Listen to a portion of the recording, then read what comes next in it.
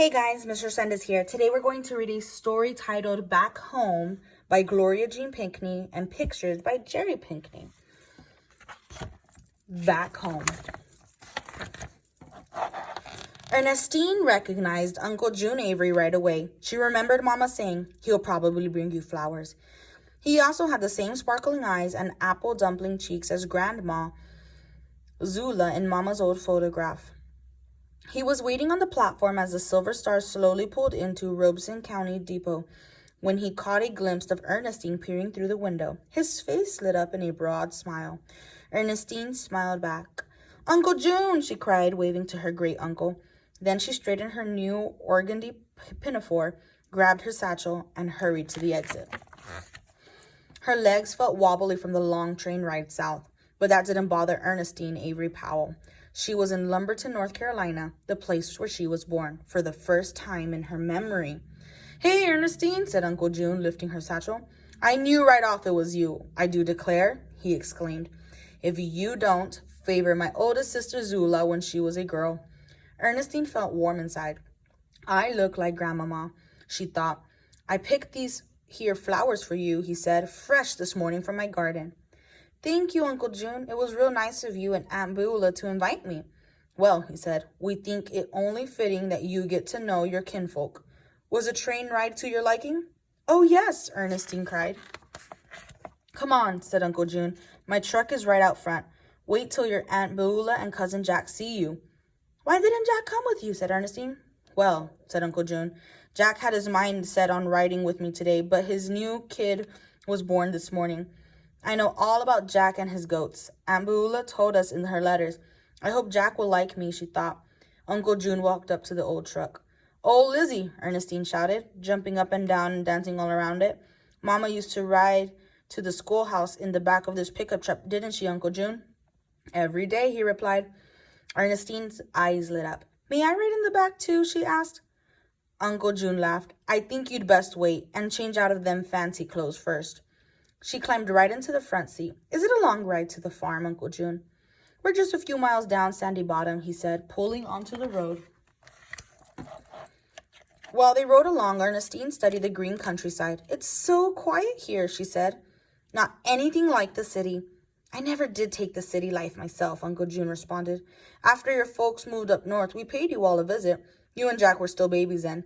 He pulled into a long driveway and turned the engine off. Ernestine looked at the old wooden farmhouse, then jumped down onto the soft ground and pulled off her shoes and wiggled her toes in the warm North Carolina sand. "I'm here," she shouted happily. When Aunt Beulah saw Ernestine dressed in her fancy frock, carrying her flowers in one hand and shoes in the other, she laughed until the tears flowed. "How I wished your Grandmama Zula could see you today, Ernestine," said Aunt Beulah. "Zula never did take to wearing no shoes. Come here, child," she said, "and give your Aunt Beulah some sugar." Suddenly, Jack came running out from the shed. "Hey, Cousin Ernestine," he said, crinkling up his face. "I was going to show you my new kid, but not in them fancy clothes." Ernestine felt disappointed.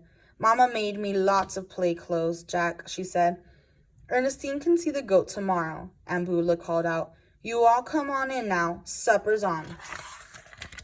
Later in the evening, Aunt Beulah helped Ernestine unpack and settle in Mama's old bedroom.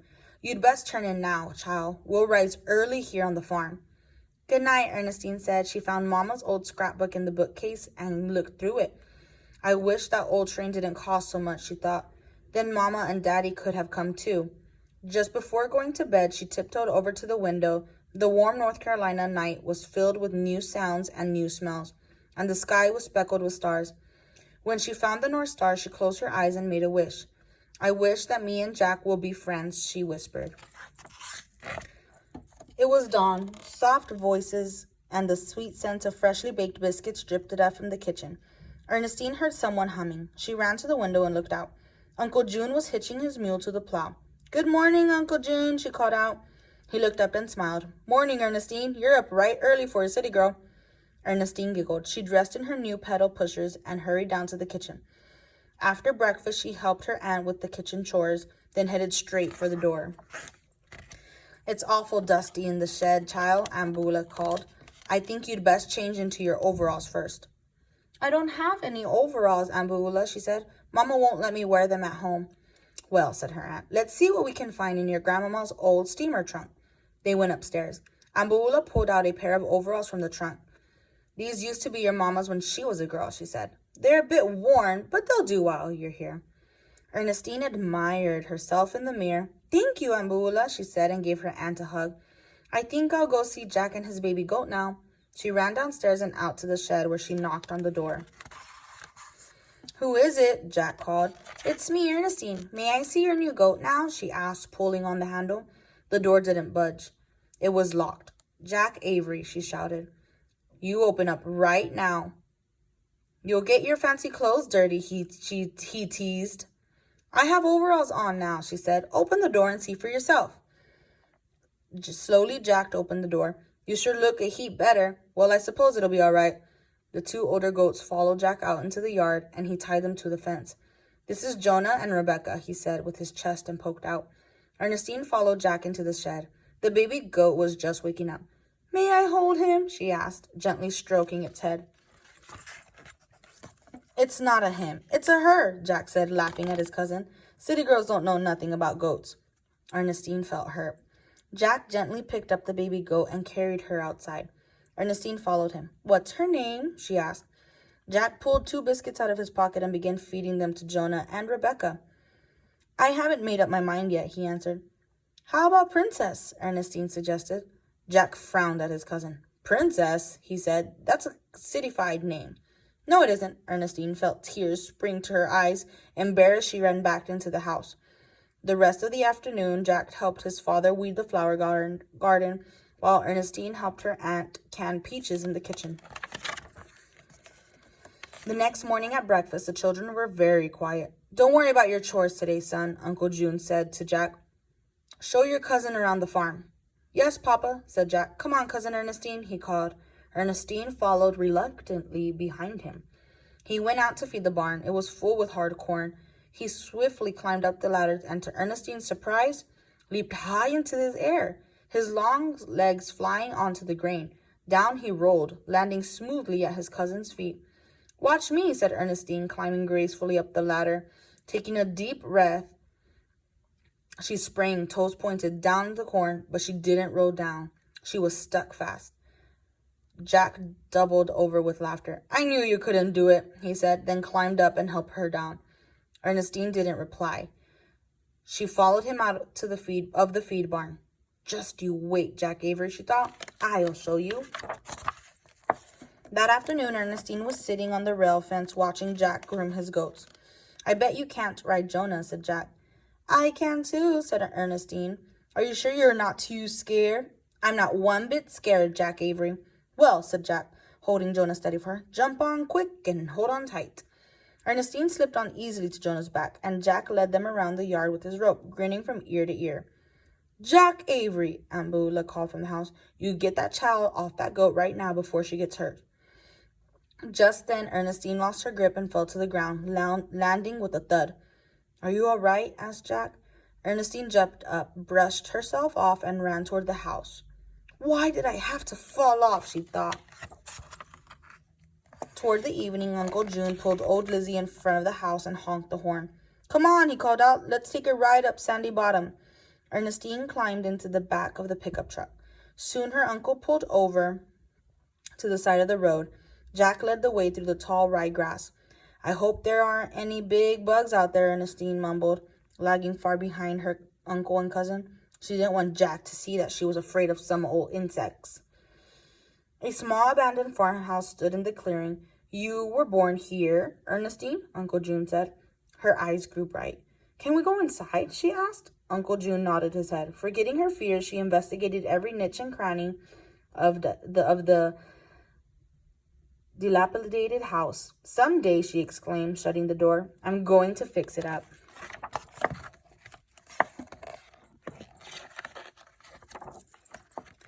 When they arrived back at the farm, she ran straight to the kitchen, flopped herself on the floor, and began to inspect her legs. Ambuula watched her for a while. What are you searching for, child? She asked. Bug bites, Ernestine replied. Ambuula started laughing. Ernestine, child, she said, You do tickle me so. Don't you know them Avery bugs out at your old house? They've never bite their own. Why, they recognized you." Ernestine stopped her searching and looked up at her aunt's smiling face. "You're kidding me, Aunt Beulah," she said, feeling happy inside. The first thing she heard the next morning was the sound of church bells. She dressed quickly and hurried downstairs. "Morning, child," said her aunt. "Did the bells wake you?" "Yes," Ernestine said. "Eat your breakfast now, children. We don't want to be late for church," said Aunt Beulah. They were soon ready to leave. Uncle June gave Aunt Beulah a small bouquet and helped her into the pickup truck. The children climbed into the back. Jack sat in one corner and Ernestine on the other side. She was feeling sad.